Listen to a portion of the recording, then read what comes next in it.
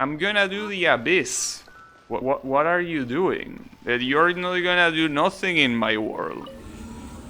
Yeah, Co-op Abyss, sure. That will be a good idea if it existed, that is. But no, what I'm gonna do is floor 12. As you can see, I already got the 9 stars, but I didn't do it on stream, which is what I want to do. It's actually the first time since I play the game, and I play this game since release, that I was able to get 9 stars. Though part of that is because I'm very ignorant of the game, the way the game works, so I was only able to do that thanks to people actually giving me advice. Well, and also this Abyss cycle being easier than the previous ones. So my strategy for this, well, the strategy that I've been told is Hyper Bloom team on the first half, which is this, and on the second half, using Overload with Zhongli to not die. That's the strategy.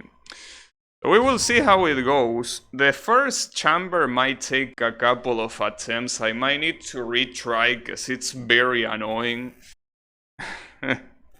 Kokomi, come on, you are the tank here. The tank doesn't die. You really have to gacha for the characters and weapons. Yes, it's a gacha game. That's usually the way it works. What you mean only characters? No, not only characters. You do it for weapons too. Why are you lying to Mr. Kael? Is it to take revenge for every time he makes fun of you? Are you taking your revenge, Mr. Blue? Is that what it is? I mean, you can craft weapons, but there are some weapons that are very useful that you cannot craft. In fact, the weapon that Raiden is using right now is Gacha. It's the Dragon's Bane. I mean, it's a 4-star weapon, so it's the kind of weapon that you eventually get a lot of. But that doesn't mean much. I mean, you still need to Gacha. Alright, got it.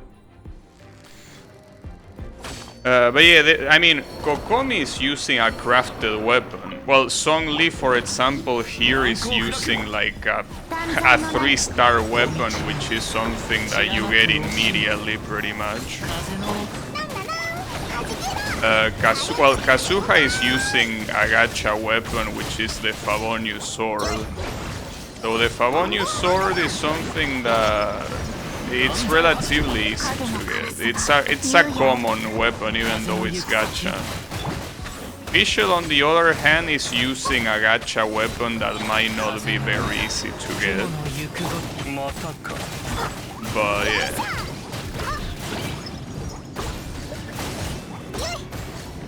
These guys refuse to go down. Come on, bro. Go down. There you go. Okay, Mr. Mech. Zhongli, where are you going? Zhongli is also done with this shit. He doesn't want anything to do with this. Actually, this machine getting in the way is not a bad idea because he's taking a lot of damage. Well, I mean it. But you get the point. Okay, now the mage. The mage will go down fast. That will be so cool. It will do me such a favor.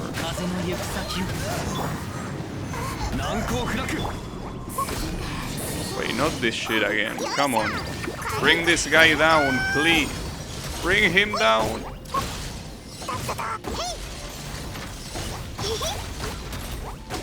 Ooh. 1 second away. Holy shit, okay. Got it. Nice. That took more than I expected, but at least I got it. So now goes to Chamber 2. Chamber 2 is the easiest of all of them. But whether I get it or not is a different story. Like on the first try, I mean. Damn, I almost got insta-kill. Oops. Alright, so this crab boss is something that will normally be a little bit annoying, because you need a Hydro character no matter what to get rid of his shield. But with Hyper Bloom, that's not a problem. Hyper Bloom already has this shit by default. You don't need to worry about such a thing. That's the beauty. But yeah, I mean, Hyper Bloom is so brain dead, and this boss is the perfect example. Okay, Hyper Bloom completely mocks this boss. And the boss isn't even supposed to be that easy. But yeah, like, the Hyper Bloom makes this boss looks extremely easy. It is the way it works. Just makes it extremely easy. Like, look at that. It just took 1 minute to take down. That's just how easy Hyper Bloom makes that boss. Alright, on this side, there really isn't anything remarkable.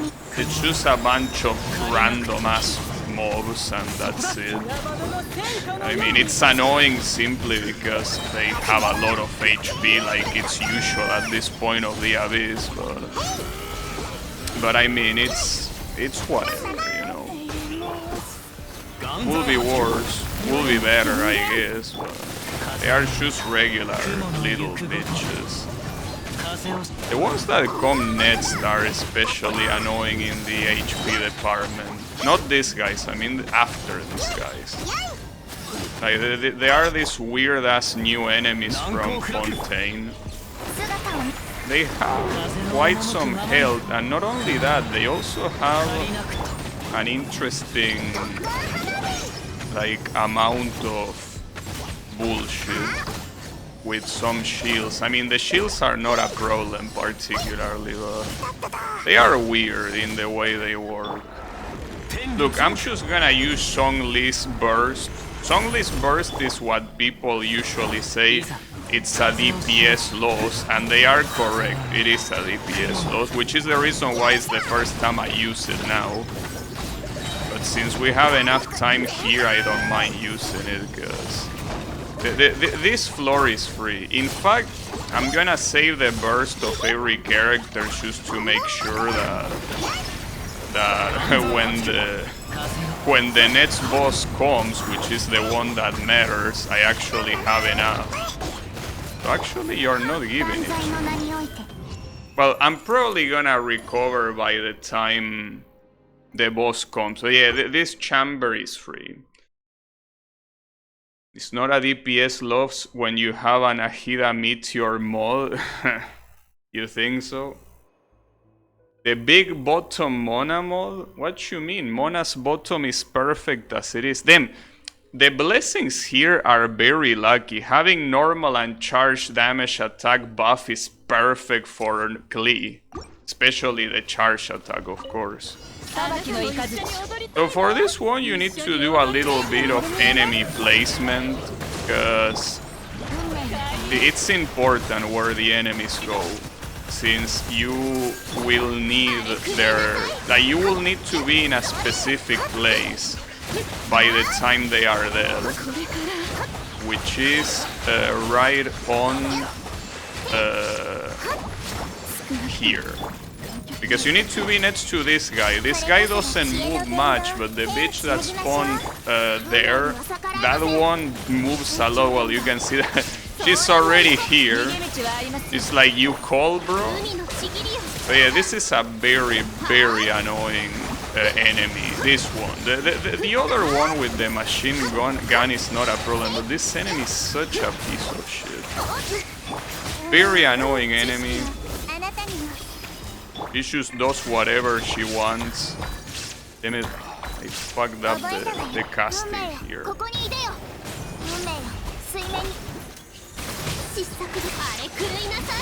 There you go.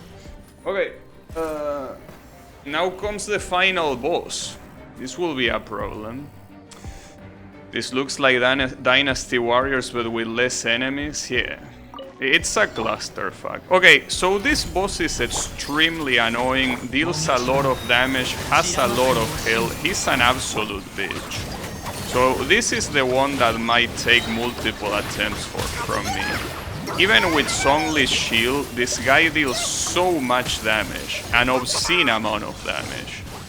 So that's the reason why I'm trying to dodge, because normally when you're using Zhongli, you don't try to dodge. For the simple fact that he will, like, tank your attacks, well, his shield, I mean.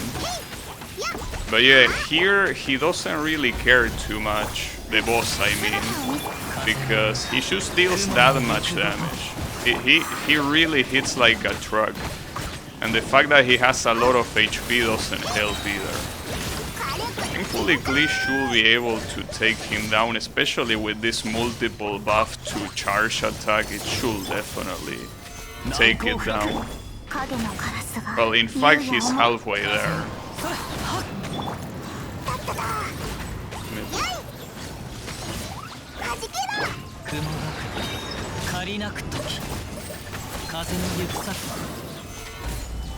It's going down. It's just that I would like to have a Klee's burst. Oh, there it is. Alright, only a little bit more and he's dead. Come on, you can do it, Klee. Don't be shy. Bring him down. Bring him down. There you go. See? That's my baby girl. She takes down the big bad and gets all the stars. So that's how you do it. That's how you do a 9 stars in the Abyss. As I say, this cycle of the Abyss is a lot easier than the previous one, so that's why I was able to get it. It's still hard if you don't know exactly what to use, but I guess I should show you the builds now. Just so you can see what was used. First of all, starting with Raiden, she uses a Dragon Bane. It's in Refine 5 and level 8. It's not even level 90. That's not even the most interesting thing about Raiden. So what she uses is the new set, Flower of Paradise Lost, that it was introduced in Fontaine. Basically, the build is supposed to be all about elemental mastery, and funnily enough, you can see that these two artifacts are in level 0. That's how broken Hyper Bloom is. You don't even need that. I got very lucky having the elemental mastery because I didn't even farm this. But as you can see, the substats, well, except for this one that I already have it from earlier that is not even on set, the rest have absolute dog shit stats, and it doesn't matter because the only thing you need is elemental mastery. She also doesn't have any constellation, and well, the talents are not even properly leveled up, as you can see.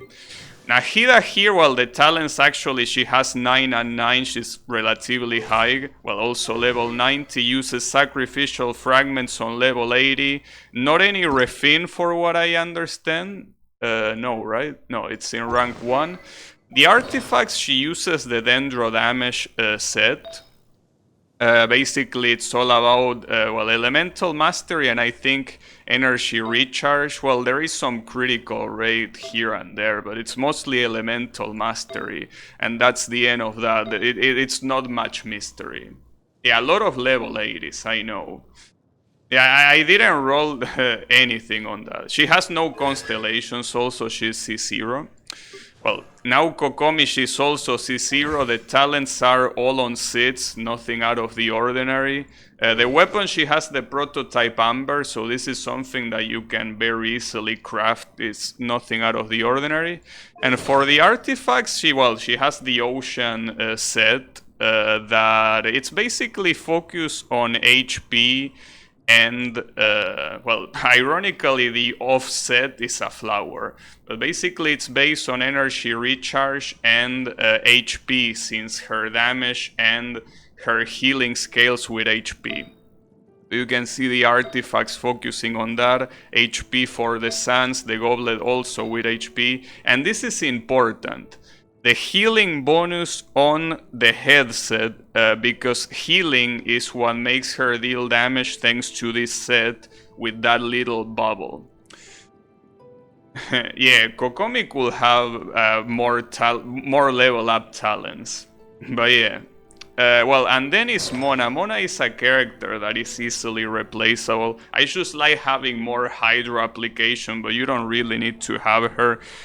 Constellation, she's C2.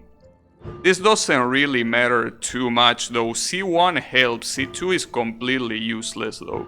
C2 kinda helps. Not that much, but it's something. The talents are really not much since, well, this one is actually level up quite a bit, but this is the only important talent to level up. As a weapon, she just has the sacrificial fragments in rate 1, in refin 1. And for artifacts, I think she just has double elemental mastery and nothing else. Like, I think that this set just goes for elemental mastery and maybe energy recharge. That's it. There is nothing else. The main stats here, well, she has hydro damage here. I don't know if this is a good idea. But she has hydro damage here. And elemental mastery on this one. Yeah, this one might not be a good idea. You might need elemental mastery here. Yeah, she has a bloom build, you can say that. And yes, Kokomi has some healing bonus too on that. Yeah, you can say energy recharge, but I think her energy recharge is fine. Okay, so for the second team, and what's really important, Klee is basically the star of this team. And Klee is a character that is not strong compared to many other characters in the game, but my Klee is very strong. She is C2. C2 is very useful for Klee. It's kind of like with Raiden. It increases her DPS because it makes her normal attack have an additional attack, and then the mines of her skill decrease defense. It's not as big of an improvement as Raiden Constellation, but it still helps boosting her damage. The talents, she's almost triple crown. In fact, I'm probably gonna triple crown her soon, though she has the normal attack crown. Well, as a weapon, she has the Withsit on Refin 1. Nothing crazy, but it's a very good weapon. It's also on level 90. For the artifacts, what I have is double Gladiator and double Crimson Witch. Basically, these are focusing on critical. This one, as you can tell, almost 40 critical value, pretty good, but since it's a Gladiator one, is to be expected. It's probably one of my best pieces, having 34% of critical damage. That also helps a lot. This is not a good piece, but it's basically attack percentage, then pyro damage, and then for this one critical rate. But yeah, that's basically the way it works. It's one of my best characters because she's one of my favorite characters, so she's very strong. But then again, you can replace her for any other DPS that is based on elemental reactions. Like, I don't know, you could probably use Hutao here, I don't know. So going next is Kazuha. My Kazuha is actually extremely basic, well, aside from the fact that it's Kazuha, of course.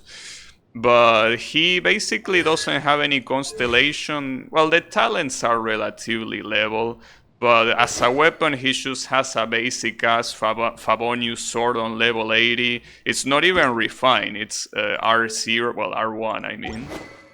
And for constellation, for artifacts, he uses the classic Viridescent Venerer set. That is basically the one that he's used all his time, that is focused mostly on elemental mastery and a little bit of energy recharge, as you can tell. Elemental mastery, I think, in all of the artifacts as main stat, and as you can see, focusing substat in energy recharge, except this one. These stats are trash, but you know, what matters for characters that are based on elemental mastery is just having elemental mastery.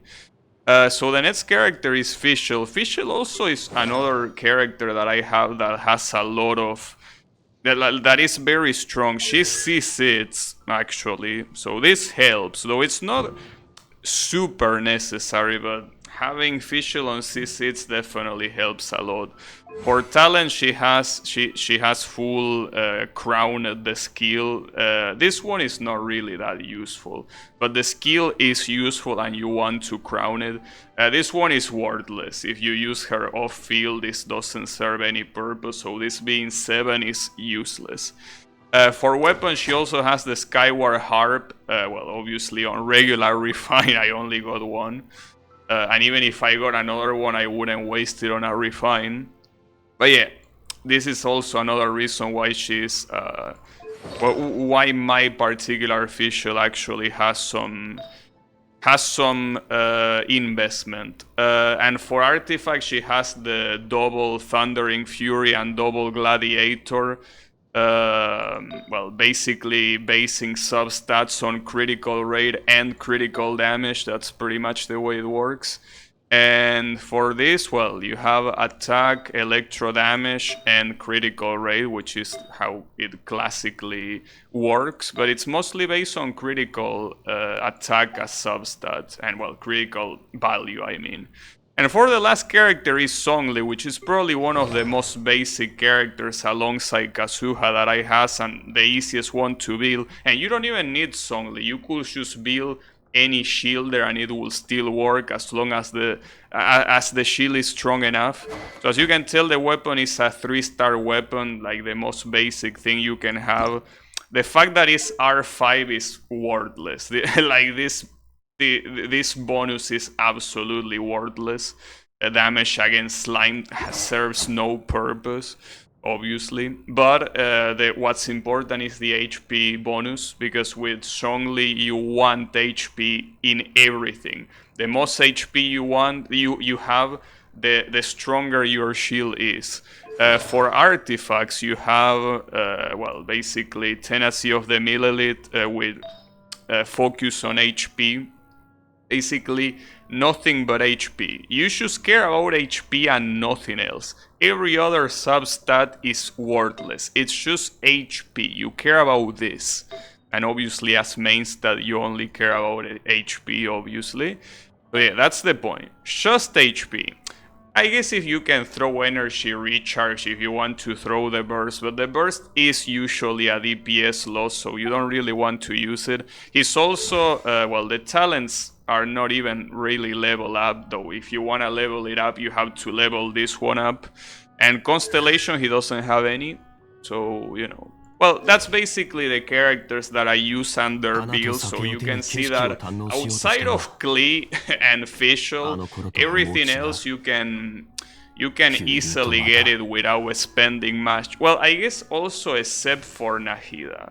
Nahida is a character that you cannot replace. Even if you use another Dendro applier, Nahida is just very good. Well, with this you can replace Kokomi or Mona for Shin-Chu and it will work fine. And if you don't have Raiden, maybe you can use either Cookie or maybe, what's the other one? Beidou. I don't know if it works, but Cookie I know it works and it's only 4 stars. Yeah, the other team, as I said, it's more complicated. Maybe you can replace Kazuha with Sucrose, but with Klee you will need to find another DPS. And Fischl is not someone that you can really replace either, though then again, Fischl is a character that you should have. And well, as I said, with Zhongli, you can just use another shielder if you want. It doesn't have to be Zhongli particularly, as long as you have something that shields you. So I guess that was the Abyss, with full stars, so GG's.